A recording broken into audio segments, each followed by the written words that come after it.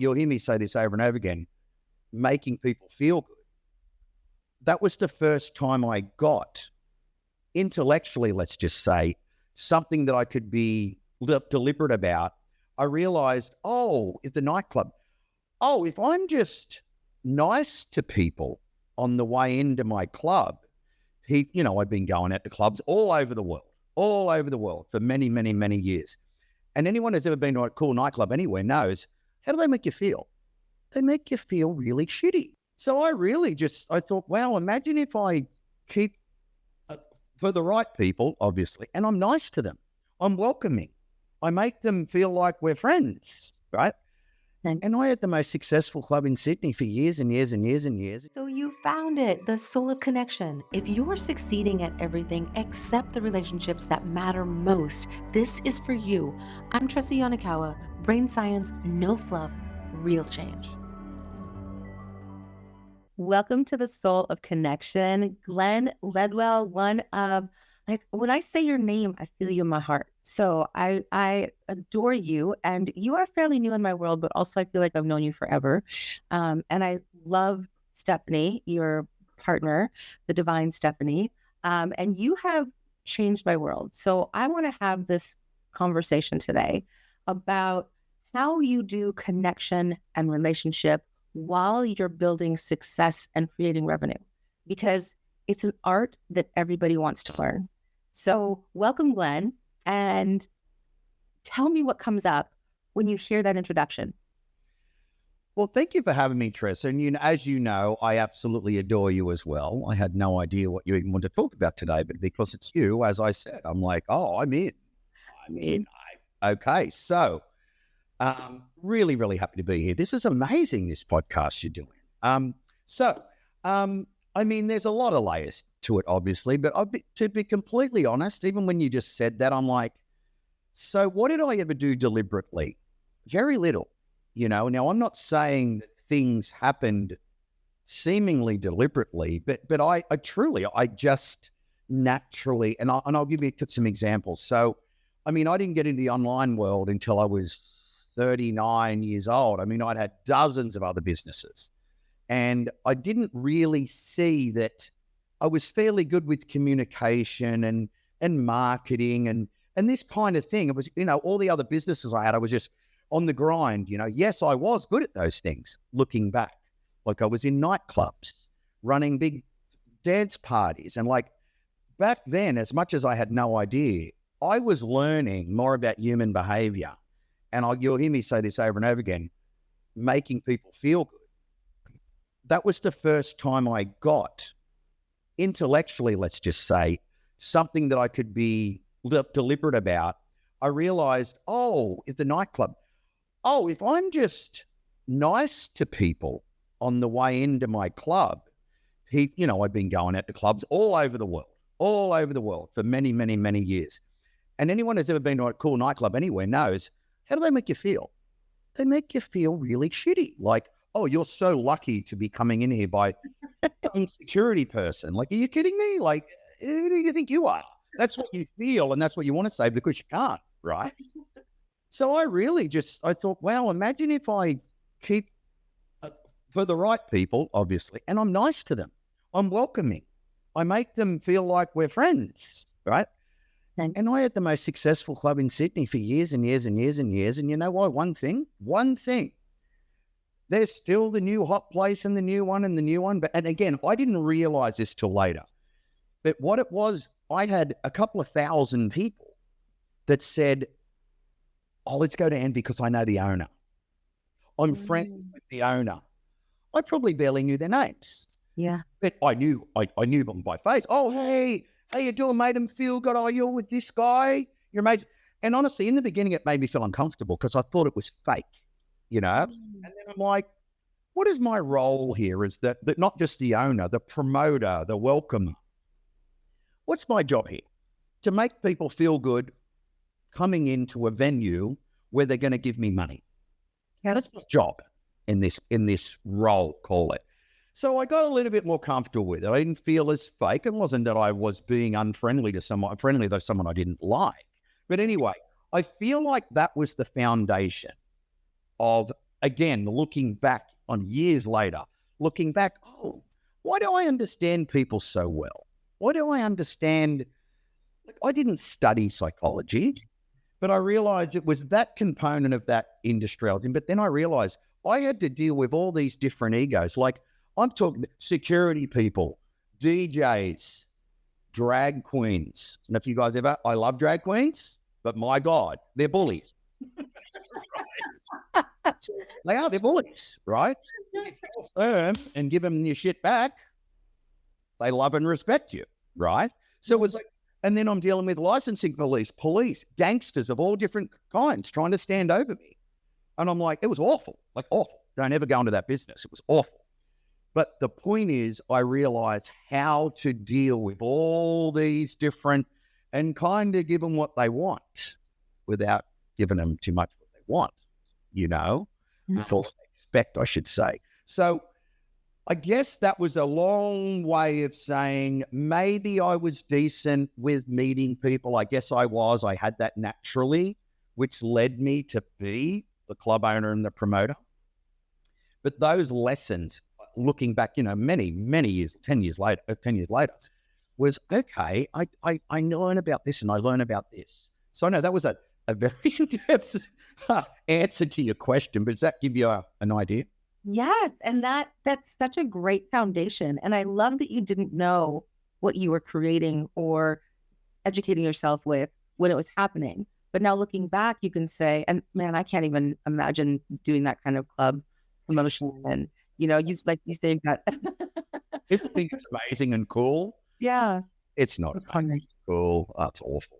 But what a great setup to go then into marketing on a larger scale, which you have done. You have blown up the world with successful businesses along the way. And so this place of being able to reach people and connect with people. And one of the things that you've done for me, when we met through Atiba D'Souza, who we both love.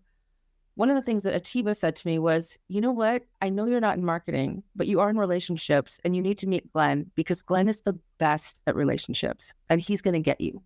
And when we met, I was like, yeah, here's a link for 15 minutes. And you're like, well, 15 is nice, but like, I really like to have more time than that. And I was surprised because you are you're big in the worlds that you're big in.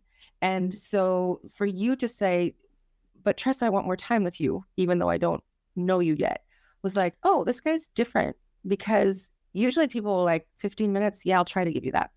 So your ability to connect, and I instantly loved you, which I'm sure everybody else listening to you now does too.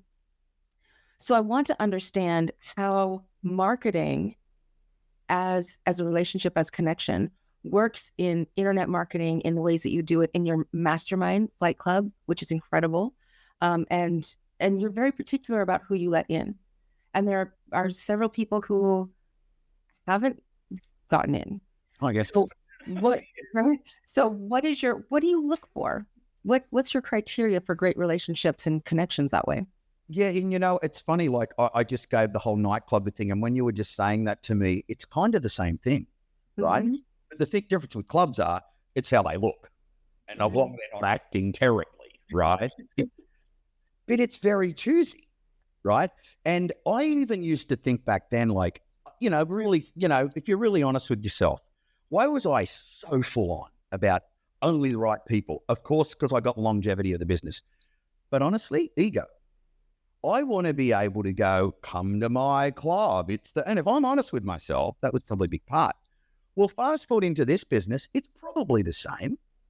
I don't want anyone to come to my group and not go, it was the best, nicest people ever, right? Mm-hmm. Now, of course, it's strategic in the way that if it wasn't like that, I truly believe it wouldn't be as successful. It wouldn't be as good. You know what I mean? So I only thought of that, what I did just now when you were just saying that. And I never made that connection. I just thought when I started Flight Club, all this, and this isn't a judgment. In my very, very humble opinion, and I've been in most of them, and they're all great in certain ways, like all are, but I always found most of them are too big and a bit impersonal. And to me, they're a bit broad, and not that they don't they invite high level people, but they don't kind of mind if they're a bit of a dick, a bit of a douche, a bit of a cheater. I do mind, right? I always mind. I'm like, geez, why would you let that person? And I know why. It's bigger and they want money. I mean, again, no judgment. I get it, right? But again, I think that's where the ego comes into it. No, I'd rather be the guy that only invites good people rather than the money. Yeah. And honestly, I can say that. Like, I didn't need the money when I started Flight Club 12 years ago. I didn't need it, which is how I'm really grateful that I was able to make those decisions, not based on the extra 20 or 30 grand. I get it. I mean, who doesn't need an extra 20 or 30 grand some months? You know what I mean? So I really do understand it, but that's truly what as you know, I do a lot of things differently the way I curate the meeting to really encourage people to connect. That's another big part I think they all miss, or most of them miss. Yeah. But at the end of the day, I think to your original point, what did I do? How did I do it differently? What I just said. I don't care how smart you are. I don't care how successful you are. I mean, I've kind of said no to people that are kind of famous. Like, kind of famous, that would look great on my website. Yeah. I've met them, I've gone, oh, I didn't realize we had a call, but I didn't realize you're kind of a bit of a douche, you know? It's like, it's not worth it, you know? Yeah. Because one, and people go, why is they don't, you know? Because every now and then I'll get a guest that just says, I don't pick up on enough in the introductory call. And I'm like, oh, I send indirect. Oh, geez, okay. Anyway, whatever, there's no way they're joining, you know? Yeah. But as you know, no one ever gets in the group that's like that. Right. And if they do, and I don't realize, and then I realize, I kick them straight out. You know? Which can't be easy either. That's a hard conversation. Well, you think about it. It's the hardest thing to do. Even if you don't kind of like them, which I generally do, right? Mm-hmm. It's the hardest thing to do. And let's be honest, it's a fair bit of money, right? Absolutely, yeah. And the few times I've ever done it, and I've only done it a few times, it's awful. And even telling members I feel bad, maybe they're friends. What about the person who introduced them? Right. I always get the same reaction. I can't believe you did that, Glenn. I can't believe I've never seen a group kick someone out. Right. And I've heard lots of people say thank you. They do. They absolutely do. You know, but don't get me wrong, it's still the hardest thing you'll ever have to do. And when I'm coaching people on masterminds, I'm big or small, because as you know, I have speakeasy where we have, 26 leaders around the world so far, and they're smaller groups, but I have that same conversation over and over again. I go, and it's not if someone's a douche or whatever, but maybe someone that's not caliber. Yeah. One person, this is the hardest thing about running a group. It's, if you make a mistake and let someone in, you've got to have the balls, put your big boy business pants on and go, I'm really sorry. You're not a fit. It's really tough to do. Really tough to do. Yeah. But like you say, it's a necessary part of the cohesiveness of a really good group. And I think, in Flight Club, I meet people who are pretty famous also. Like there's a fame factor, and I work with famous people, but I'm not famous. So, that it's the whole gamut of where people are at, and it doesn't really matter what their annual revenue is or anything like that. They're putting that value on themselves to be there, which I think is so important. And it's one of the most valuable investments I've ever made. And I'm just getting involved with your speakeasy. And like you say, there are 26 around the world now? Yeah, 26 chapters we have. Incredible. And you've grown that, you and Eric have grown that so quickly, it seems, but has it been fast? 3 years. I mean, that is quick. Yeah, I guess it is. We kind of went really fast for the first year and a half, and then we kind of pumped the brakes a bit, realized we had to kind of adjust a few things. I guess any startup, we would probably, we made up a business model and then rolled it out. I mean, I'm sure there's, a few bumps. But then we have kind of hit the gas again the last 6-8 months. Yeah. It's kind of gone really quickly, another 10 or so chapters in that time. I love it. I've attended one. I'm going to go to a couple others in a couple of different cities here in Orange County and in San Diego soon. And it's like a mini Flight Club. Like it's really cool. and very intimate, and you get to know people who are doing big things in the area. And they're really neat. I would encourage everybody to check those out. So what are you lit up by right now in your life? You're doing some travel. You just got back from all over the place. What lights you up? It's honestly, Trissa, this counter probably sounds a little bit, whatever, because this question has never been different to me. Don't get me wrong. I love components of business. I obviously love the mastermind stuff. Rest of business, I'm okay with it, but I love. I shouldn't say okay with it. I do enjoy it. But that's to business. But the thing that lights me up and always has been going cool places with cool people, drinking great wine with amazing food. It's just, you've done all the personal development seminars in the world like me, right? 15 years ago, I remember with my partner, we're sitting in this one of an event. It wasn't Tony Robbins, but it was one like many, maybe it's longer than that ago. And it was going over what your values are, what you really value. You got to write all these things down. And I remember coming out and I'm thinking, this sounds a bit pretentious. And Natalie, who, Natalie's like the guru of gurus, right? And I go, what's yours? And she goes, what's yours? And, I know, all right, I'll say, or maybe she said, and we had the same thing, a different wording. Oh, wow. You know what? It's okay then. She goes, it doesn't have to be change the world, which don't get me wrong, that's always been a huge thing, particularly with mind movies, to really change 100 million lives. Like that is, don't get me wrong. But really core values, what do I love to do is great places with great people, drinking great food and great wine, and obviously networking, brainstorming, hanging out with peers. Now, think about it. That combined with that, it's kind of like Fight Club. Love entrepreneurship, love marketing, love anything business development, but with cool people in cool places doing cool things, right? That's what we call freedom, isn't it? That, to be able to do that and on your terms and on your timeline. And that, hear you talk, your life is beautiful and bold, and the life that I think a lot of people want to live. And it makes me curious, what, if anything, scares you? Oh, what scares me? I think the thing that I'm gonna be bold here and say I think the thing that scares everyone that's successful that hasn't always been successful. It's what if you lost it all, Yeah.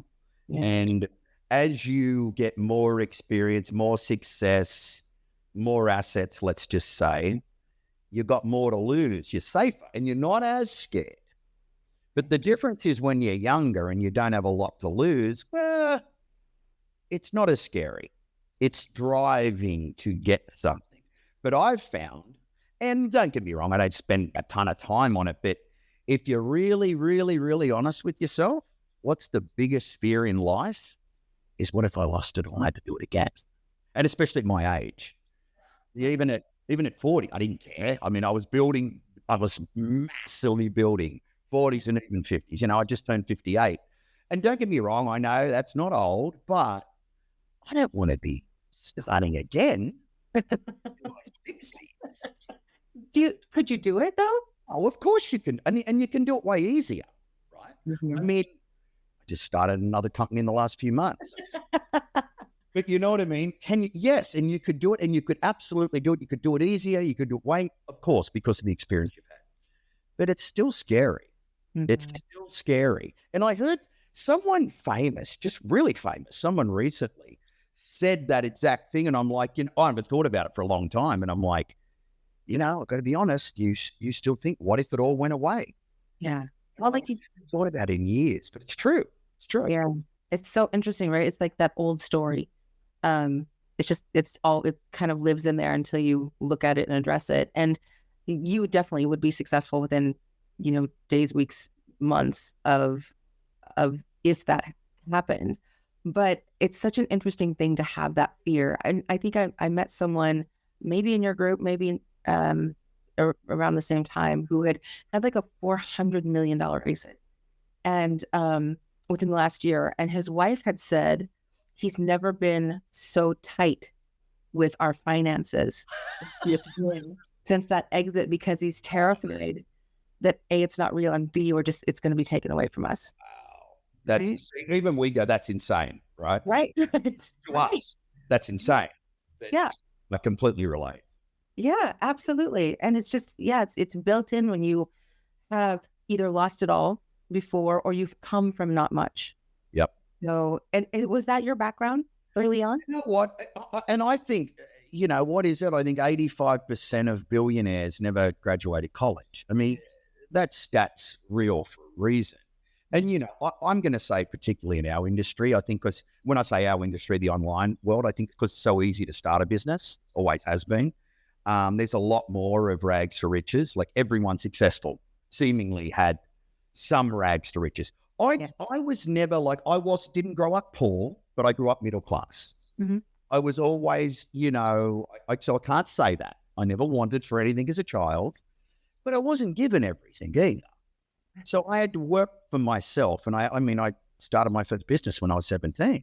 Yeah. I only ever had one boss ever in my whole life. So I was in me to be now was that, if I was born with a silver spoon in my mouth, and would I have been the same? Probably absolutely not. Like anyone around me that I knew like that was. So and again, not till I got older, I was so grateful that my father actually made me work for money, showed me the value of money.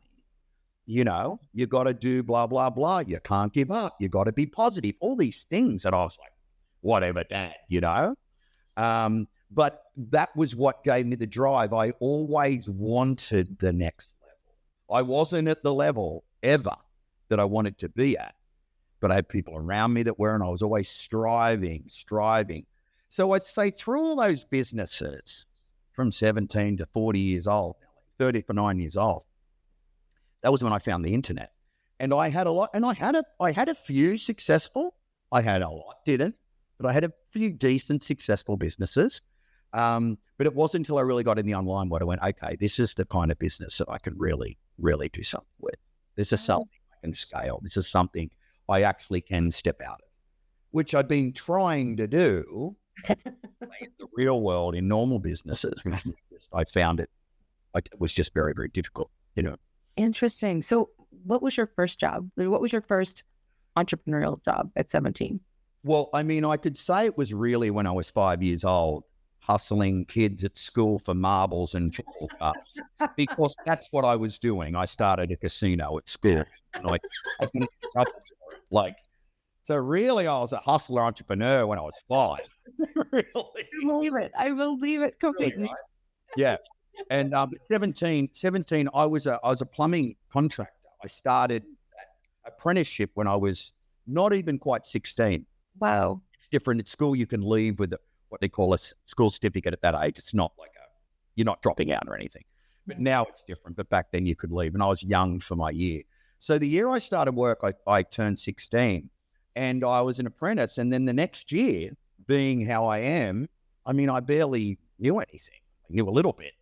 But I got a little bit of experience. And then I knew a guy that was a few years ahead of me that had a license. And we started a plumbing contracting business on the side. Wow. So I kept my job until I ended my apprenticeship, but I had a business going the whole time. I was making more money on 2 days on the weekend than I was, I didn't care working 7 days a week. I was, making money. Really. But for me, it was a lot. And from then that was it. And the funny part is, even then, even when I finished my apprenticeship, I basically would have been kicked out if I wouldn't have left. I am not good at being told what to do. I'm sure you, especially when I think I'm smarter than everybody. I certainly now I absolutely know, but back then, oh my God, I knew more than everybody. Everyone was, and I truly, I didn't know what entrepreneur meant. And I'm like, well, I guess I'm going to have to work for myself. I'm too cocky, too arrogant, whatever. Can't be told what to do. And I thought it was a bad thing. I really thought it was a bad thing. Wow. But I don't have a choice. Imagine 10 years later looking back going, my God, thank goodness I was that cocky, arrogant. Absolutely. Absolutely. Everybody wants to be that now, to have that confidence. And so my question for you, you just started a new company, you said a few weeks ago, a few months ago? A few months ago, yeah. Okay. So do you have the concept, the feeling, the groundedness that you've made it, that you're at the pinnacle, that you're here, you've arrived, or is there more to do? There's always more to do, you know. But honestly, I would say I've been in that, made it, happy with my life, happy with the amount I work, happy with income and freedom for a very long time. I mean, been incredibly, incredibly fortunate in that way. Yeah, it took me 40 years. You know, when I probably 41, 42, I was able to a business where it was and enjoy my life. For me, for me, did I ever think, oh, I want to do $100 million company? But I thought of it, but it clearly wasn't a real drive because my lifestyle was more important to me. And I don't regret it. I probably should have gone a little bit more the other way, probably in hindsight, but I'd have a little bit more behind the wall, as they say now. But no, I don't have any regrets for that. And is there more to do? Absolutely, there's more to do. But the difference is the next couple of years, I'll continue to build. But then maybe after that, I really, really only want to be doing the things that I really love, like running Flight Club, probably still with Speakeasy. But I can't imagine you'll see me. I certainly won't be starting things, Interesting. Yeah. That'll be, I'm calling it, that'll be the winding down. I mean, obviously you never retire, but winding down a bit. It's a difference. You asked me this question even 5 years ago, it would have been completely different. I love that. I mean, you're a true entrepreneur, in every cell of your body. And my last question for you, Glen, is what impact do you want to have on people in your life and in your work? I think when we're talking about peers, like I said, that's conversations like this, of it. We all get a charge when we give someone some advice and then they fluff your ego. So that changed my life. That changed my business. Oh, I'm going to say, obviously, that is massive juice, massive, massive juice. And I identified this 15 years ago when I started, doing one-off masterminds and stuff. I'm like, I really, really like this. So I think that I generally don't help, kind of people starting out. I have a few times over the years, people have reached out. Obviously that gives a lot of enjoyment as well. But to be honest, it's more, peers, people are a little bit not quite where I am. And where I am, obviously, people that I love to network with. But that would be, if I had to put it down, that would be it. That would be it. Yeah. I love that. I love that. And where can people find you, find Speakeasy, find Flight Club? Oh, real. I'm the most accessible. And this thing too, right? People go, they're really successful and they're really busy all the time. I'm sorry, I'm here to tell you that's not success. No, you agree. It's not. What my experience is, people who are really successful, you can call on the phone and they'll answer, right? But yeah, no. But to that end, I'm very, very, very accessible. Flightclubmastermind.com, really simple. Speakeasymastermind.com, and every social media channel. I don't have some weird name. Glen Ledwell. Instagram, Facebook, WhatsApp. All of them, Telegram, Signal, whatever. I'm very, very accessible. So yeah, if anyone's in those, and reach out. Oh my gosh. If you are listening or watching and you are energetically called, if your heart is pulled, if your logic is pulled, please know this man, because he is exactly what you're seeing here. This is not a put on. This is the truth of this human being. And I love you so much, Glen. Thank you so much for your time today. Oh, it's my absolute pleasure. Ditto, ditto, ditto. Thank you. And I'll see you soon, and definitely in June. Okay. All right. Bye.